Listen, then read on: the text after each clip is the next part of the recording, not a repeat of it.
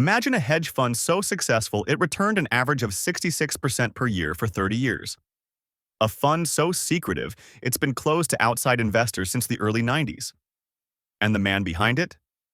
A mathematician, a former codebreaker, not your typical Wall Street type.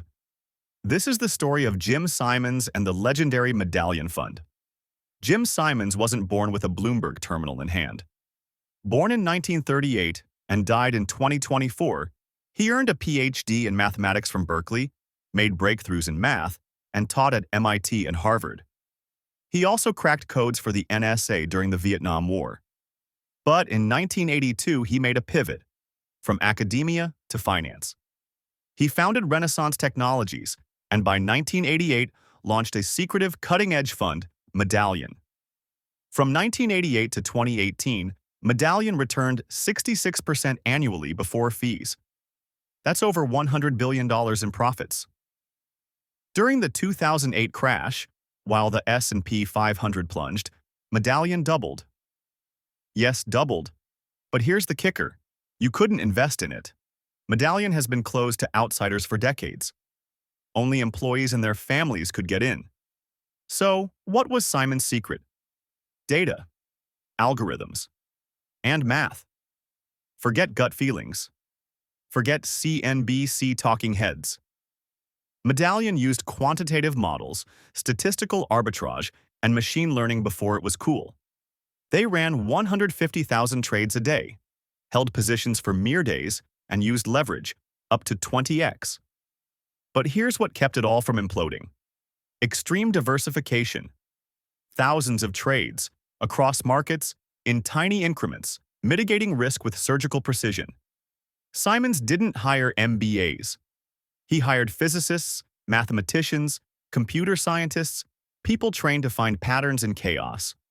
By 2025, Renaissance had about 300 employees, including 90 PhDs, and everything was kept secret. Employees signed strict NDAs. No strategy leaks, no public interviews. They weren't building a company, they were building a fortress of code. So what can we learn from Jim Simons and Medallion? 1. Trust the data. Simons famously said, "There's no data like more data." Second model. Everything. Algorithms beat intuition when trained on deep, rich datasets. 3. Diversify like crazy. Thousands of trades spread risk better than a handful of bets. 4. Hire unorthodox talent. The best finance minds weren't trained in finance. 5. Keep it quiet. In an industry driven by edge, secrecy is survival. Jim Simons passed away in 2024. At the time, he was worth over $31 billion. But Renaissance Technologies marches on. In 2025, their public funds were still outperforming markets. The DNA of Simon's system, data, models, and discipline, continues to thrive. And beyond finance, Simons left a massive philanthropic legacy, donating over $6 billion to science and math education. Jim Simons didn't just beat the market, he rewrote the rules. He proved that with the right data, the right people, and the right mindset, Wall Street's chaos could be decoded. If you want to dive deeper into his story, we highly recommend Gregory Zuckerman's book, The Man Who Solved the Market. And if you enjoyed this video, hit like, subscribe, and drop a comment. What's your biggest takeaway from Jim Simons' story? Thanks for watching.